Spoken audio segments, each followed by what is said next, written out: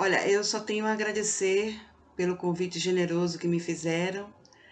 Para quem não me conhece, eu sou Edina Santos, trabalhadora da Federação Espírita Pernambucana, e que fui gentilmente convidada por nossos irmãos para realizarmos a palestra de hoje com a temática sobre as personagens da Boa Nova, essas pessoas importantíssimas que ajudaram nosso Senhor Jesus no seu trabalho, na sua missão magnânima, maravilhosa. Mas antes de nós conversarmos sobre esse assunto, nós vamos fazer a nossa prece inicial. Vamos orar? Senhor Jesus, amigo incondicional de todas as nossas horas, estamos muito felizes de estarmos aqui hoje, Senhor, para mais um trabalho na sua seara de amor, de consolação, de esperança, de justiça, de caridade. Sê conosco, Senhor Jesus, para que nós possamos ter força, coragem e muita fé para realizarmos a nossa tarefa com alegria, com amor, e que nós possamos, ao terminá-la, Senhor Jesus, estarmos muito bem, não somente fisicamente, mas vibratoriamente, muito melhores, graças à sua presença maravilhosa em nossas vidas, Senhor Jesus. Que a Alta de Souza, mentora espiritual do Núcleo Espírita Alta de Souza, esteja presente, Itagiba, mentor espiritual do Movimento Espírita Pernambucano, e todos os bons espíritos que nos secundam possam nos auxiliar na tarefa de hoje. E assim, Senhor Jesus, em seu nome, damos por iniciada a nossa reunião deste dia. Que assim seja. Oi, meus irmãos, que coisa boa! Chegou o mês de dezembro, que é o mês em que o mundo cristão comemora a chegada de nosso Senhor Jesus, não é?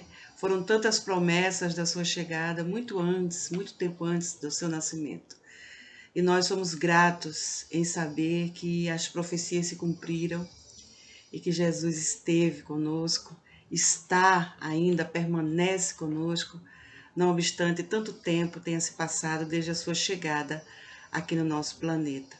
Isaías já havia falado da chegada de Jesus 740 anos antes do seu nascimento, uma profecia extraordinária que trouxe muita alegria para o povo de Israel, que estava naquele momento oprimido pela invasão dos assírios, e que a notícia trazida por Isaías de que viria o príncipe da paz, o filho de Deus, um dos filhos de Deus, que ele mandaria um dos seus filhos para nos ajudar em nossa libertação, trouxe realmente muito alento para as pessoas sofridas, angustiadas e temerosas.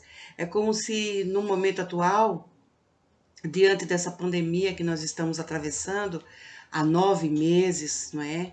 Longos 9 meses, a chegada de Jesus no Natal, no dia 25 de dezembro, a notícia de que ele volta a renascer em nossos corações agora no dia 25 de dezembro, é como a profecia de Isaías há 740 anos antes de Jesus, quando trouxe essa alegria para o povo, e agora ele traz, continua trazendo alegrias para a gente.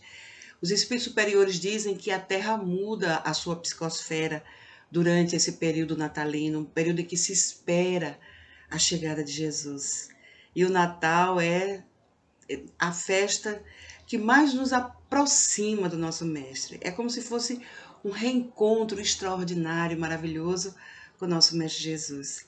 E como o Natal é a festa da família, como o Natal é representado pela Sagrada Família, José, Maria e o menino.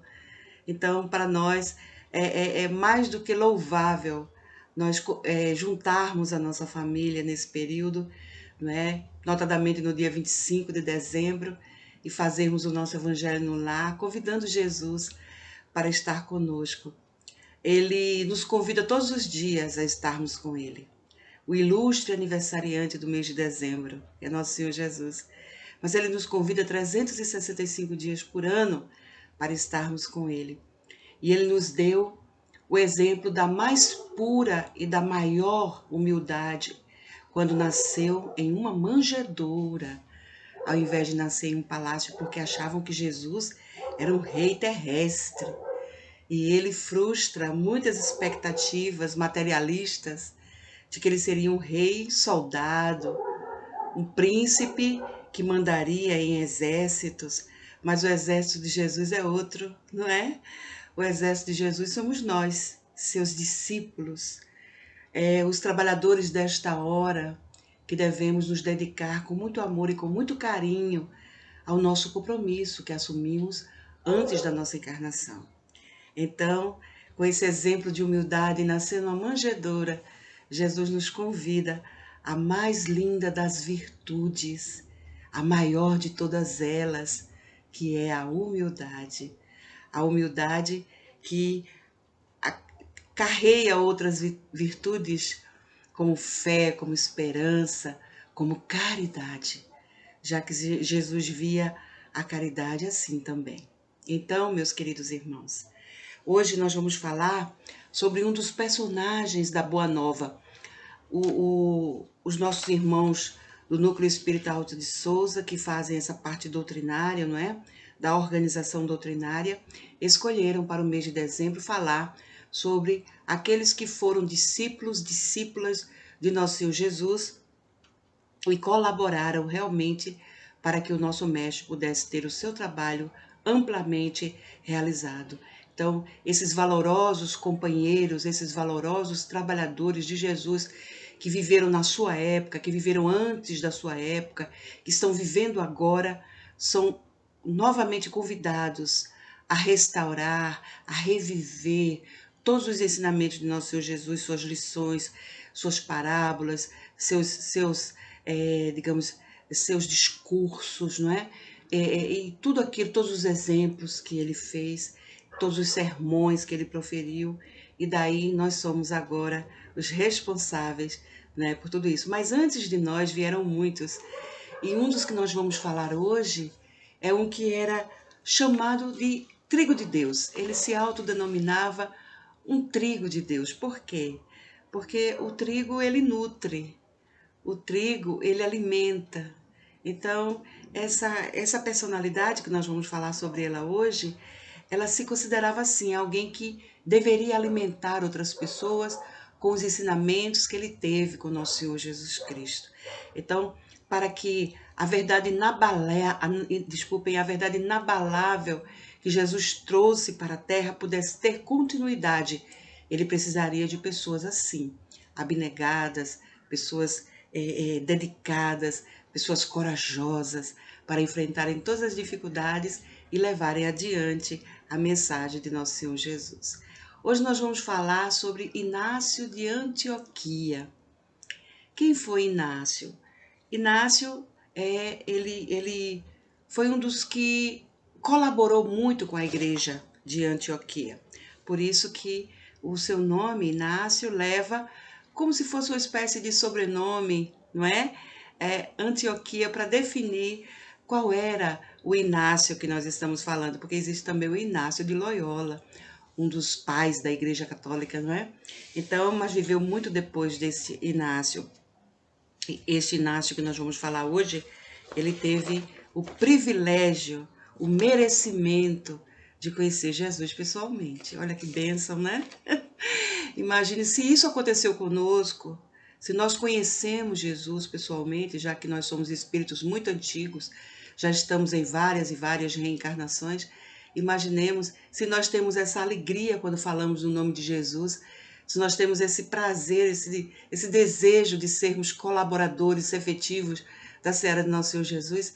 Imagine, meus irmãos, quem o conheceu pessoalmente, quem teve o privilégio de conviver com ele naqueles dias, não é? Então vejam bem, o nome Inácio ele deriva do latim ignis, que significa nascido do fogo. Por quê? Porque Inácio ele sempre demonstrou uma personalidade ardente, eloquente, corajosa, firme. E Inácio ele tinha um desejo muito grande de servir a Jesus. Ele era assim apaixonado pelo Mestre Jesus. E daí nós vamos também ver que o seu nome, Teóforos, que é do grego, significa carregado por Deus, ou seja, ele teve uma incumbência. Inácio deve ter colocado no seu planejamento reencarnatório a missão de ser um dos discípulos próximos de Jesus. Então nós vamos vê-lo, não é? Depois como apóstolo, já não idoso, mas já bem maduro, nós vamos ver lá na frente Inácio sendo um grande colaborador do nosso Mestre Jesus através da igreja de Antioquia. Então, segundo Eusébio de Cesareia, que foi um dos biógrafos daquela época, inclusive biógrafo de Constantino, todo mundo sabe quem é o Constantino, né?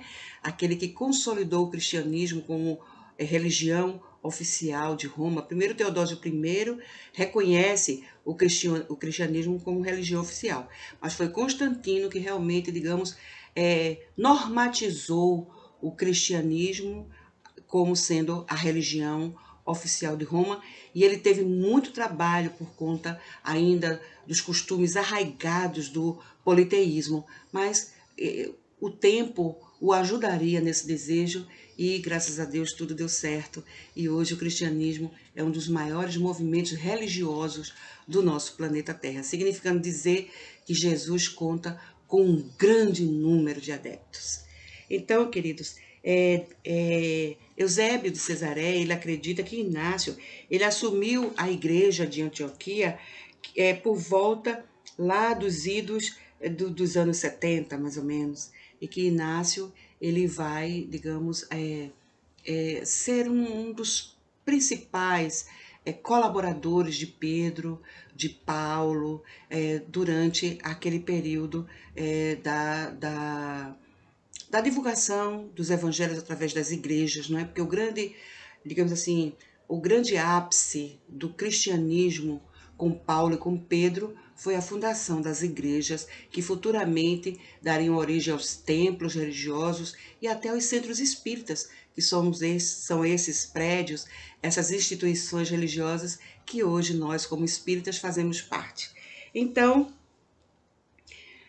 na cidade de Corinto, que hoje é a cidade de Antaquia, na Turquia, Inácio teve digamos assim, a oportunidade de se evangelizar juntamente com Pedro, Paulo e Barnabé, três figuras bem conhecidas e muito importantes, apóstolos, discípulos de Jesus e que nos inspiram conforme eles se comportaram durante um período tão difícil, né, onde a intolerância religiosa já existia, era muito forte, e esses irmãos conseguiram, com o seu valor, com a sua coragem, com a sua determinação, não deixarem que o cristianismo arrefecesse. Então, Inácio, aí nós vamos agora encontrar Inácio encontrando-se lá na frente com João, mas ainda criança. Por que criança? Porque Inácio, ele conheceu João e Maria, mãe de Jesus, quando ele tinha 8 anos. Então, depois da morte de Jesus, é que nós vamos saber mais um pouco, graças à mediunidade dos nossos irmãos que trouxeram as mensagens dos espíritos superiores, dizendo como foi esse começo da vida de Inácio, como foi o seu encontro com Jesus e como foi o seu trabalho após, notadamente após a crucificação de Jesus. Então, Inácio, quando ele tinha mais ou menos 8 anos, ele foi encontrado por Pedro, desculpem, por João e nas proximidades de Éfeso, porque João ganhou, não é, um terreno para a agricultura em Éfeso, e foi quando ele convidou Maria, a mãe de Jesus, para ir com ele até Éfeso, inclusive morar nessa cidade.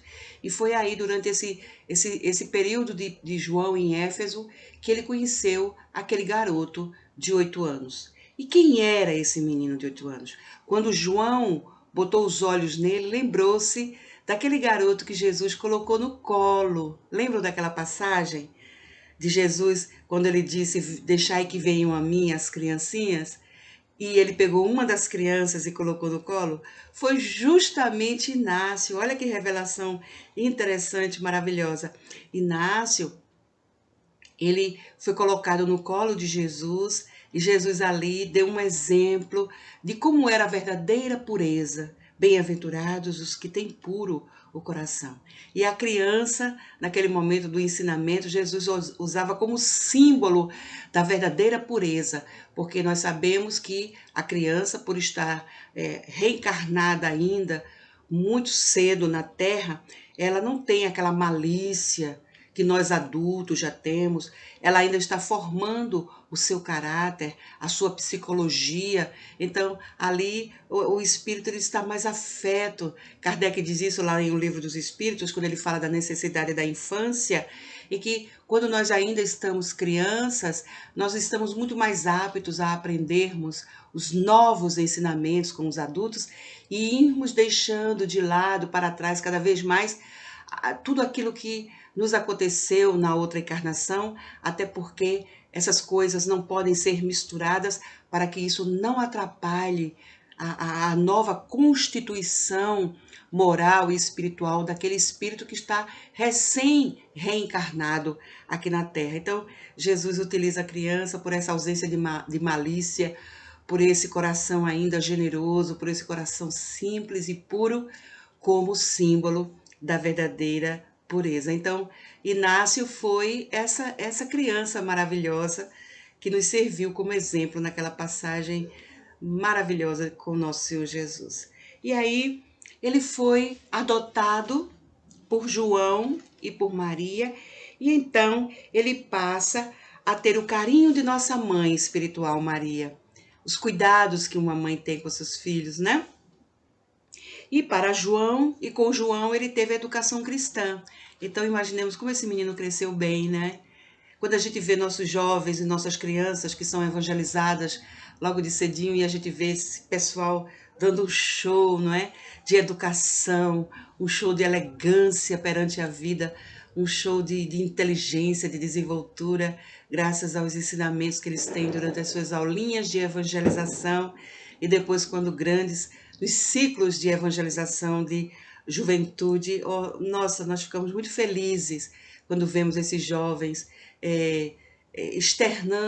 exteriorizando os seus aprendizados através da música, através dos estudos, dos cursos que eles fazem, das profissões que eles abraçam, de como eles tratam seus pais, de como eles tratam todos, não é? A educação que eles receberam em casa, com os seus pais, e a educação da evangelização também no Centro Espírita. Nossa, isso são duas forças que provocam, não é, uma amplitude, um dínamo de força, de energia maravilhosa para esses seres que estão aqui para ajudar o nosso planeta a ser um mundo de regeneração.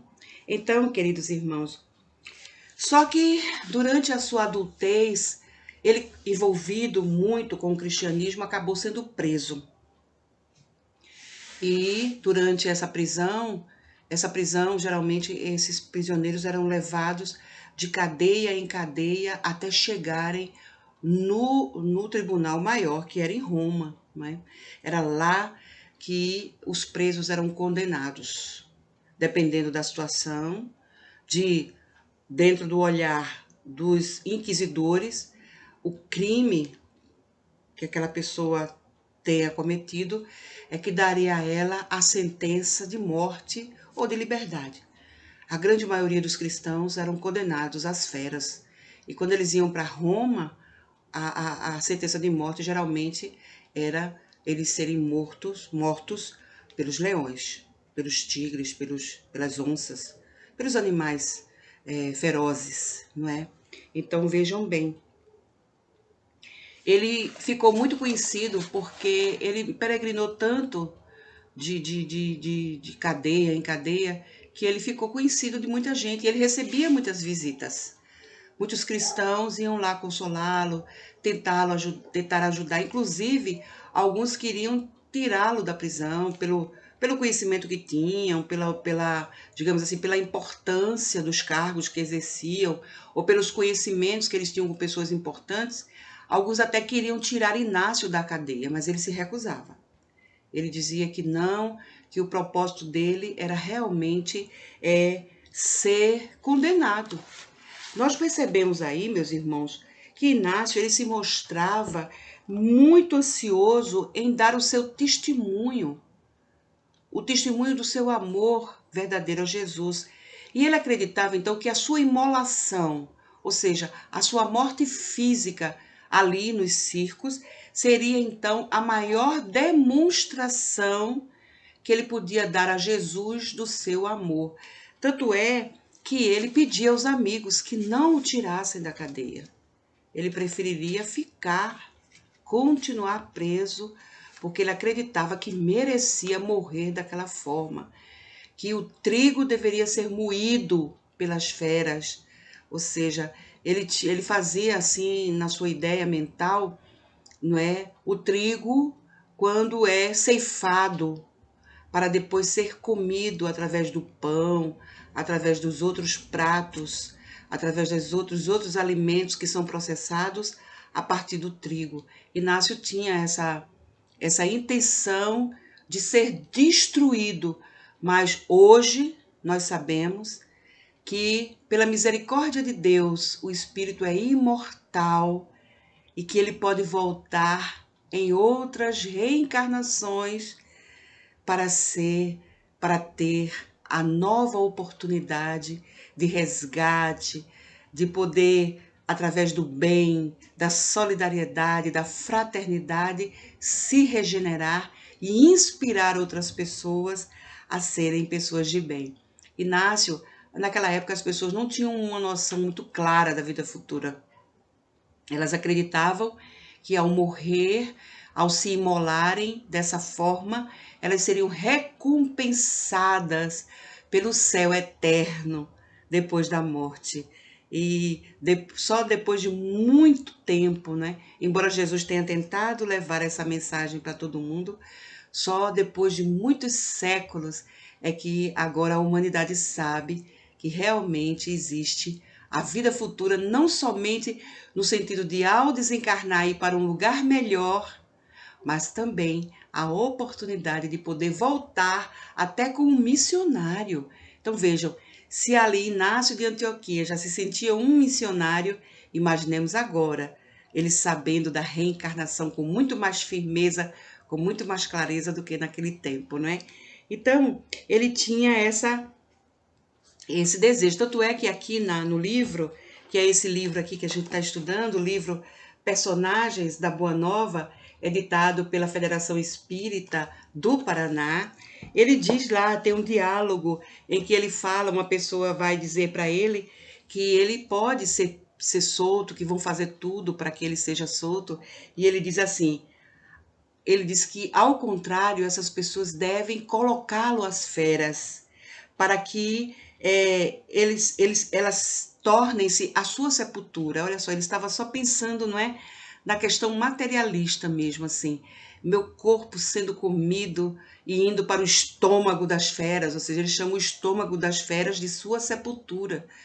E ele diz mais, não deixem nada do meu corpo. Nós temos que entender a posição de Inácio. Ele era um jovem, o próprio nome dele já dizia, eloquente, ardente, né, forte. Então, ele diz o seguinte, não vos dou ordens como Pedro e Paulo, eles eram apóstolos. Ele aí se coloca numa posição de mais humildade diante de Pedro, do grande Pedro, do enorme Paulo, não é? E daí ele diz, eles eram apóstolos, eu sou um condenado. Então ele estava ali num momento de muita introspecção, mas assim, de uma autoavaliação muito dura para consigo mesmo. Ele estava sendo muito exigente consigo próprio, né? E aí ele diz: eles, Pedro e Paulo, eram livres, e eu até agora sou um escravo. Ele acreditava que ele era um escravo de Jesus. Jesus, meus irmãos, não quer escravos.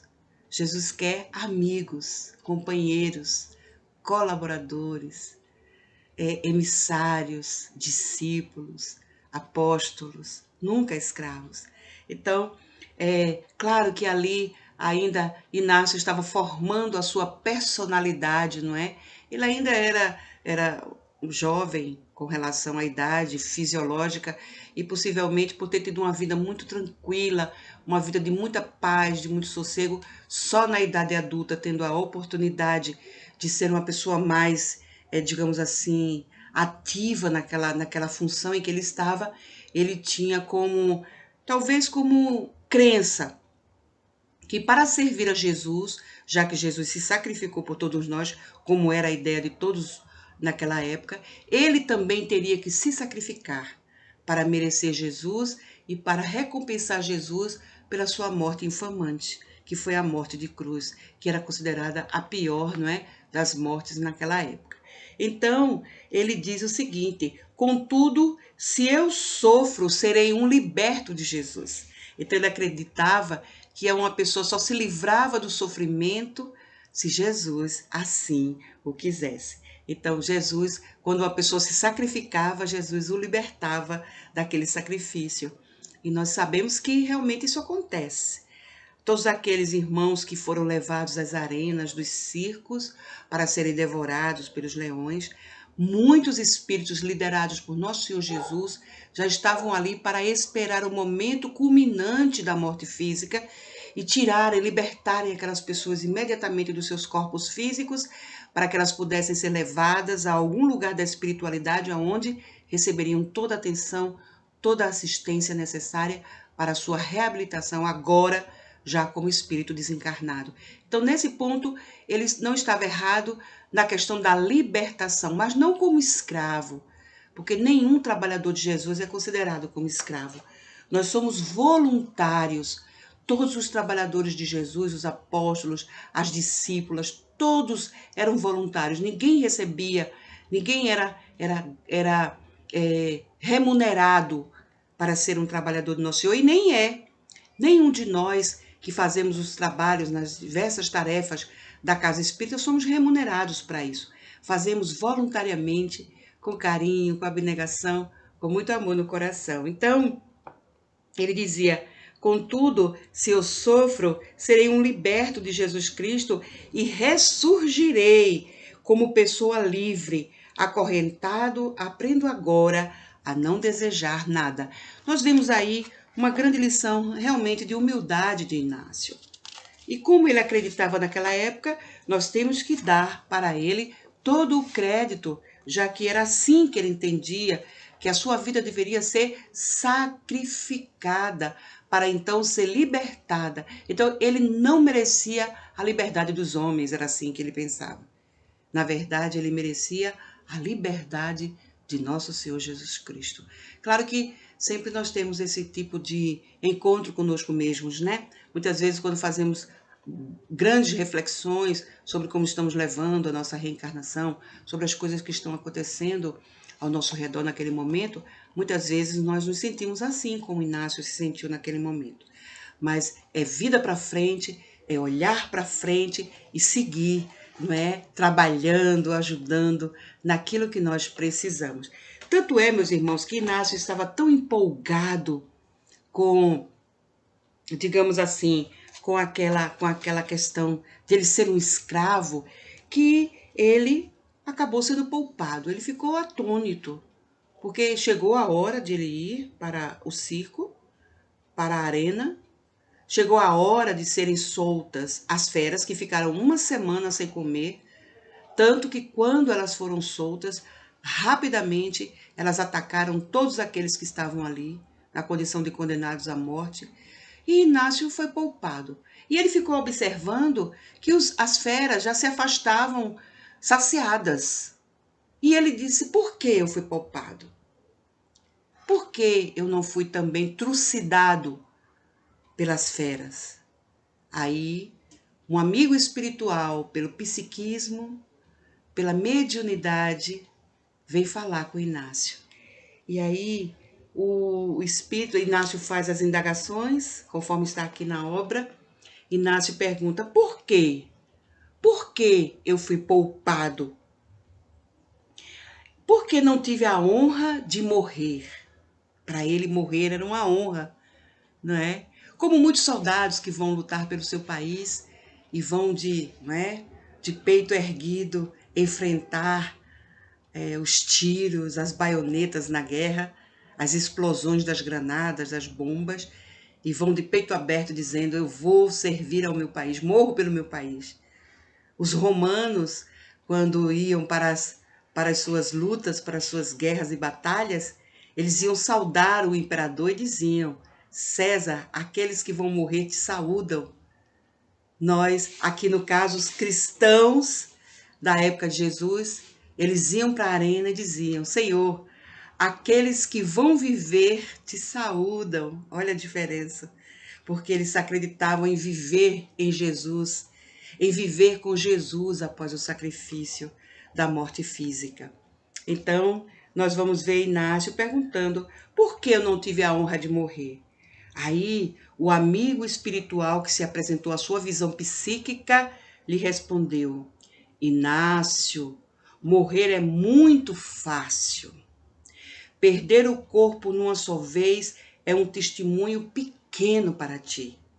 Vamos pensar um pouco nessas palavras do amigo espiritual, meus irmãos. Todos nós, antes da nossa reencarnação, nós fazemos o nosso planejamento reencarnatório.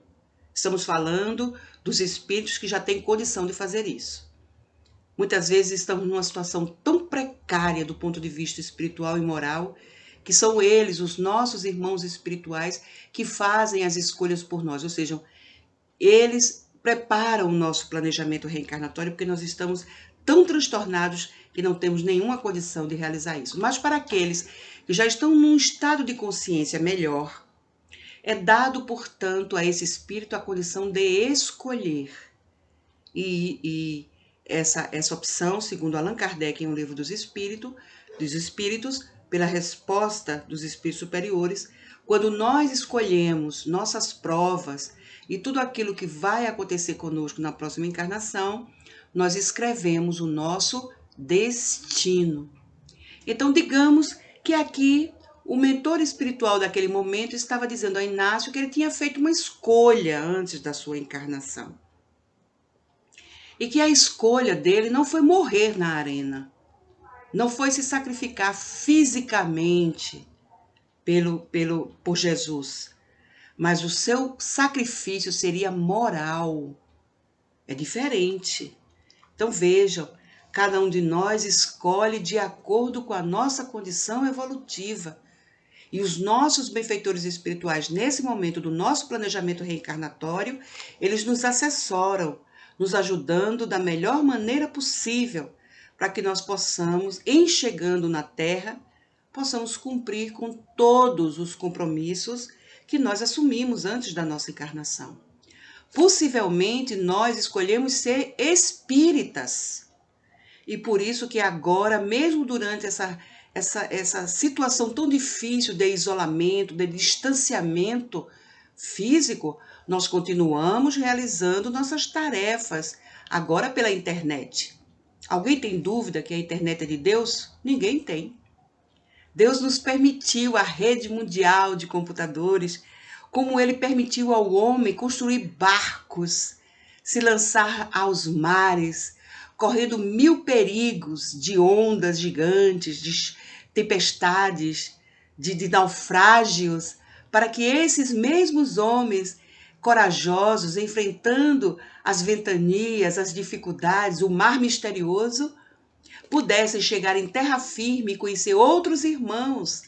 Nós agora não precisamos nem sair de casa para conhecer outros irmãos. Nós podemos fazer isso pela internet.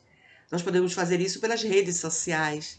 Então, nós que somos os cristãos de agora, os espíritas de hoje, continuamos realizando as nossas tarefas como se estivéssemos na nossa casa espírita.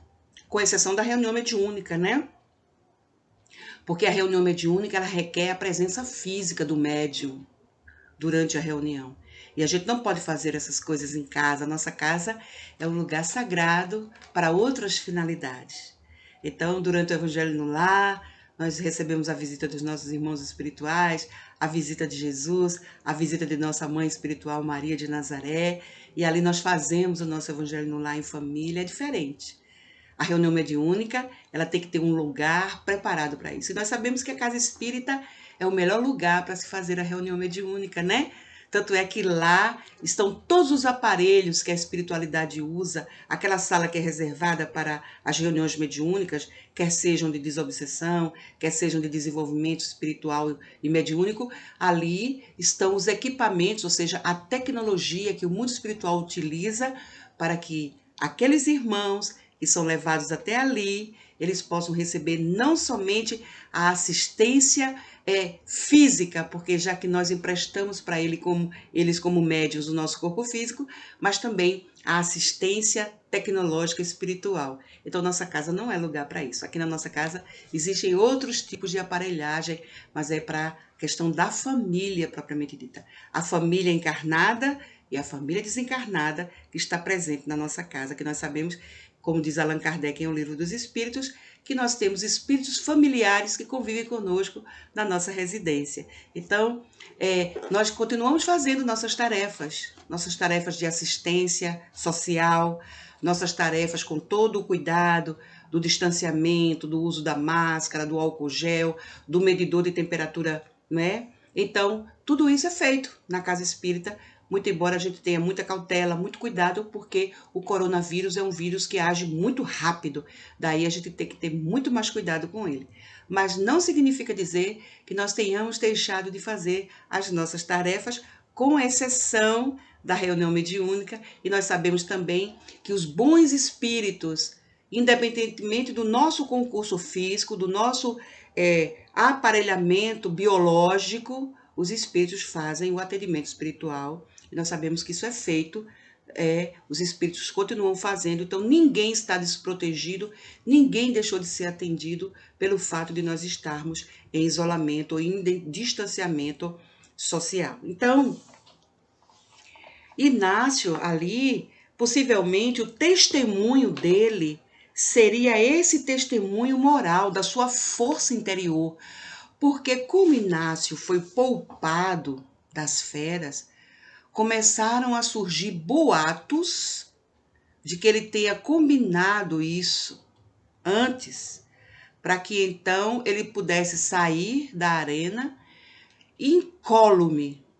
Mas isso não aconteceu, são intrigas. Realmente depois começaram as fofocas, começaram os murmúrios de que Inácio tinha, digamos assim, orquestrado esse acontecimento para se salvar da morte pelas feras e poder sair livre ali da arena. Então, olha, ele teve que mostrar, com a sua perseverança no bem, com os compromissos que ele assumiu antes da sua reencarnação, teve que aguentar as fofocas. E não deve ter sido fácil para o nosso irmão, não é, queridos?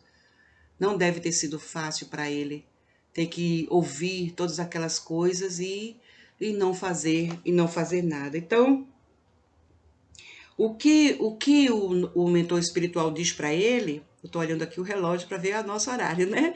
Então, o que o amigo espiritual disse para ele é que era muito fácil morrer assim, perder o corpo de uma só vez, mas que se tu amas tanto a Jesus, mereces algo mais penoso. Poxa, foi duro, não é? Ele teve que ser rigoroso. Às vezes nós precisamos desse rigor. Nós precisamos dessa força de alguém, não é? Dessa energia de alguém para a gente poder acordar, ter aquele choque de realidade, choque anímico. Muitas vezes nós precisamos desse tipo de choque para a gente acordar para a nossa realidade, né, meus irmãos? Então, ele diz o seguinte: viverás, olha o que diz o mentor para Inácio, viverás entre pessoas que não te compreendem, que desconfiarão de ti. Inácio, ele ainda escutou do mentor espiritual o seguinte conselho: estar firme no ideal, Inácio. No momento das dificuldades, este é o sacrifício maior. Então vejam, estar firme, Inácio precisava ainda de exercícios de firmeza moral. Ele ainda não estava totalmente pronto para servir a Jesus. É como se aquele momento da arena tivesse sido um teste para que ele acordasse para essa realidade de que não era morrendo fisicamente que ele serviria a Jesus, mas era permanecendo firme na fé. Era dizer a Deus: Senhor, eu creio, mas aumenta a minha fé. Daí, o mestre deseja que vivas, continuou dizendo o benfeitor espiritual, para que a sua mensagem saia da tua boca. Olha que lindo. Se ele morresse, não é, meus irmãos, cessaria ali o trabalho Ele teria que voltar numa nova encarnação para fazer tudo aquilo que ele tinha se comprometido ainda na espiritualidade e que ele ainda não tinha terminado de fazer. Daí, o Mestre deseja que vivas para que a sua mensagem saia da tua boca e experimentes a perseguição continuada sem desanimar. A morte na arena é uma morte muito rápida para os que são bons e fiéis. O que é que significa dizer? Que aquelas pessoas que foram trucidadas pelos leões eram pessoas que já tinham demonstrado a Jesus a sua bondade e a sua fidelidade. Daí saírem da vida física rapidamente. Nós sabemos quem lê as obras de André Luiz, né, A Vida no Mundo Espiritual e outras obras de Emmanuel e outros autores, sabe que antes que haja a morte física, muitas daquelas pessoas são tiradas dos seus corpos físicos por algum ataque cardíaco, por algum outro tipo de falência dos órgãos, para que ela não sinta nada, para que ela não veja absolutamente nada do que está acontecendo com o seu corpo físico. É muita gentileza, é muita misericórdia, é muito amor da espiritualidade em tratando assim aqueles que morrem de mortes tão trágicas, que a gente fica imaginando, poxa, sentiu tanta dor. Possivelmente não, porque foi tirado antes de acontecer o fato em si. A gente aprende isso no Espiritismo, na nossa doutrina querida e maravilhosa. Então, vejam só, Inácio saiu da arena, os cristãos supuseram que ele houvesse prestado sacrifícios aos deuses de Roma para ter sua vida poupada. Imaginem, não é? Uma difamação, não é? Algo assim calunioso, uma maledicência. Então, essa intriga foi semeada, meus irmãos, na comunidade cristã por toda sorte de desconfianças. Então, o que é que aconteceu com Inácio diante desse sofrimento, dessa prova tão difícil para ele? Inácio jamais se defendeu, porque quem ama Jesus não tem tempo a perder com defesas improdutivas. Olha que lindo, olha que coisa maravilhosa o testemunho de Inácio, né? Lembrando, eu não falei durante o período em que ele foi preso, que durante o seu período de prisão, Inácio escreveu cartas.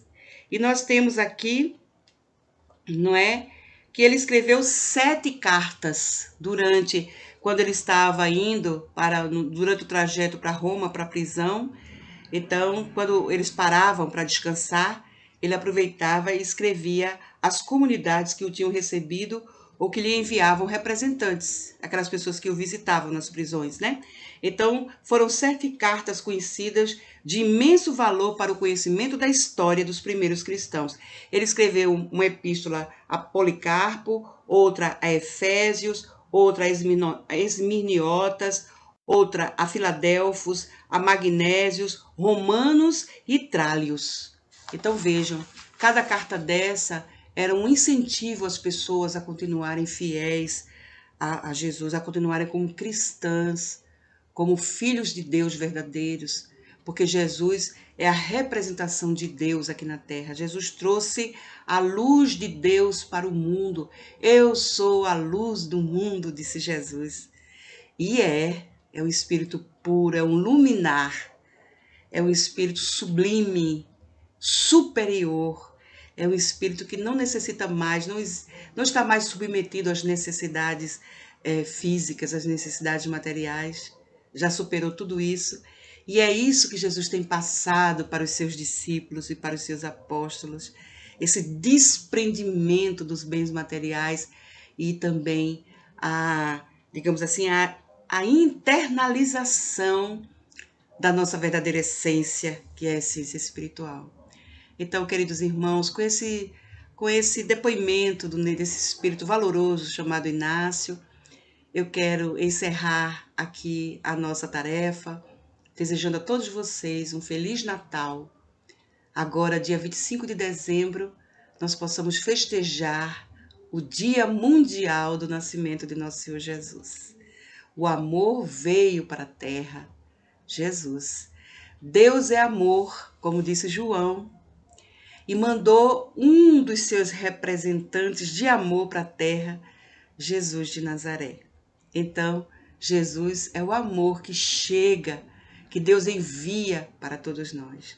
Que nós possamos, junto com a nossa família, comemorarmos a chegada de Jesus com gratidão. A gratidão é a mais bela das emoções humanas.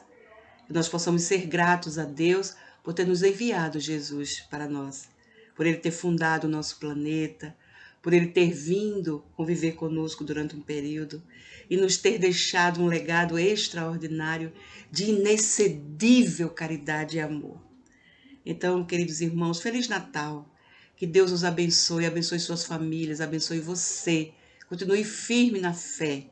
Peça sempre assim: Senhor, eu creio, mas aumenta a minha fé, para que eu possa continuar firme e forte diante de toda e qualquer dificuldade, desafio que a vida possa me oferecer. Muito obrigada, Feliz Natal, Feliz Ano Novo e até uma nova oportunidade. Que assim seja. Obrigada.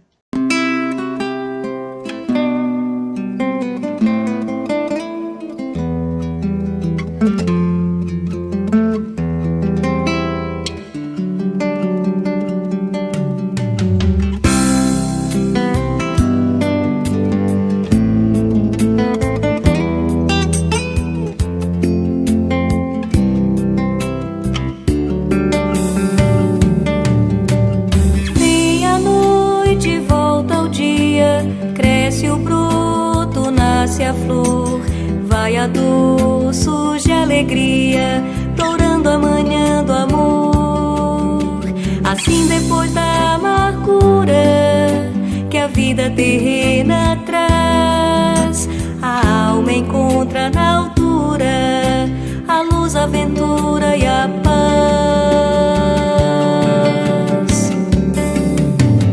Vem a noite, volta o dia, cresce o broto, nasce a flor, vai a dor, surge a alegria, dourando a manhã do amor. Assim depois da amargura que a vida terrena traz, a alma encontra na altura a luz, a aventura e a paz.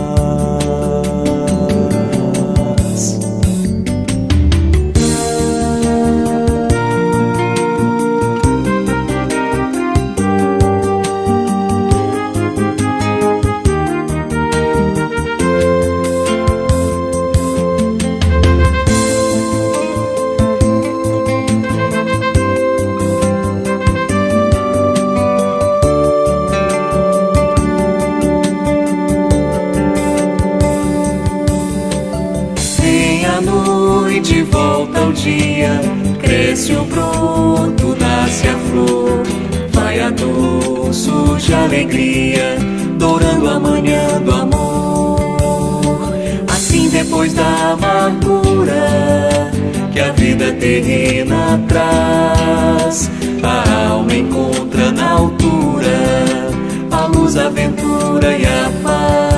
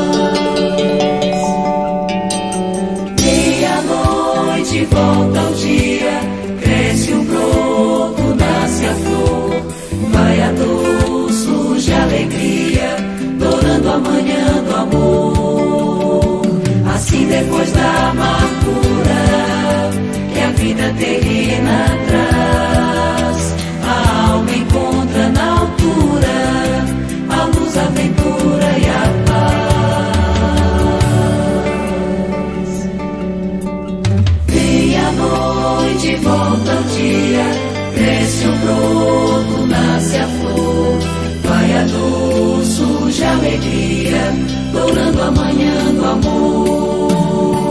Assim depois da